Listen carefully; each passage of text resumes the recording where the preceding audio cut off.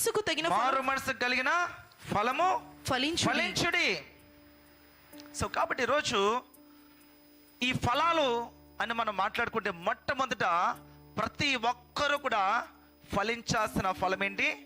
మారు మనసు అనే ఫలము ఫలించాలి. మారు మనసు మారు. అక్కడ ఆ సమయంలో, ఆ రోజు నుంచి, ఆ ప్రార్థన దగ్గర నుంచి, లేదా ఆ కూటిక దగ్గర నుంచి, లేదా ఆ దర్శనం దగ్గర నుంచి, లేదా ఆ కళ దగ్గర నుంచి ఏదో ఒక కోణం దేవుని కుమారుడు సాధు సుందర్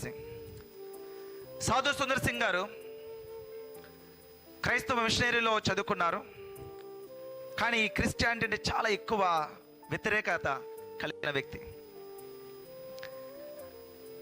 చాలాసార్లు ఆయన బైబిల్ చింపివేశాడు. రోడ్డు మీద ఎవరైనా సువార్త ప్రకటిస్తుంటే వాళ్ళ మీద కేకలు వేశాడు, వాళ్ళ మీద రాళ్ళు వేశాడు. ఇటువంటి స్వభావం కలిగిన వ్యక్తి.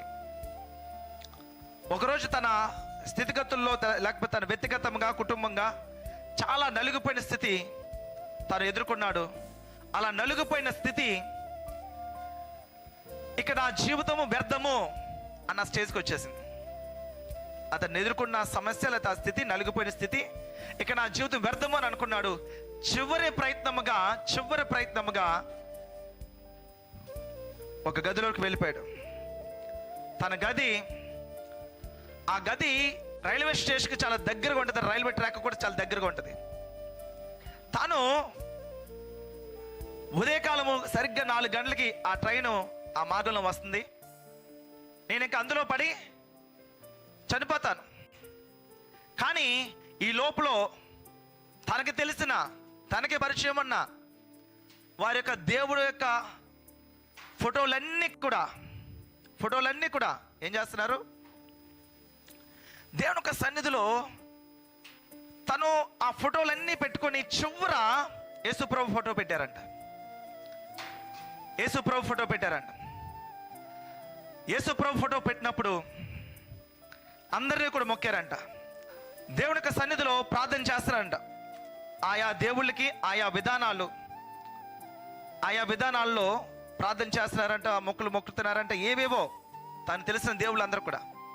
చివరికి యేసుప్రభు సమయం వచ్చింది. యేసుప్రభు ఫోటో దగ్గరికి వచ్చాడు.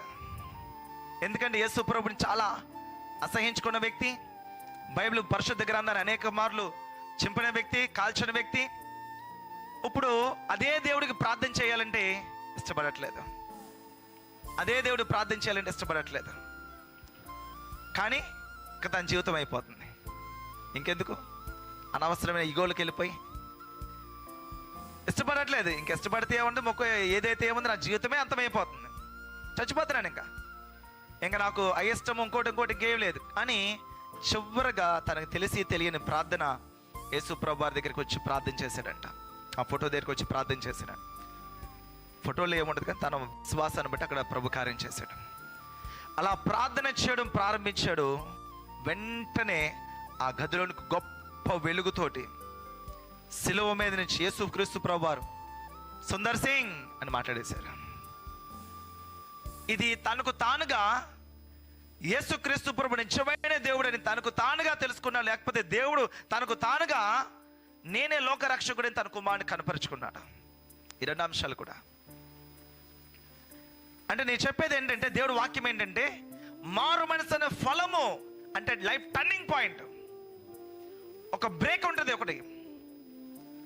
ఏంటి ఆ బ్రేక్ ఖచ్చితంగా ఉండాలి. ఆ బ్రేక్లో ఏం జరిగింది? ఆ బ్రేక్ ముందున్న జీవితం ఏంటి? పాత జీవితము ఎలా బ్రేక్ అయింది? దేవుడి సన్నిధితో ఎలా ఎన్కౌంటర్ అయ్యో? యేసుప్రభుడు ఎన్కౌంటర్ అయిన తర్వాత మరలా నీ ఆత్మీయ జీవితం ఏంటి? మారు మనసు అనే ఫలము ఫలించాలి. ఈరోజు మొట్టమొదటిగా మనమందరం కూడా ఫలించాల్సిన ఫలము మారు మనసు అనే ఫలము.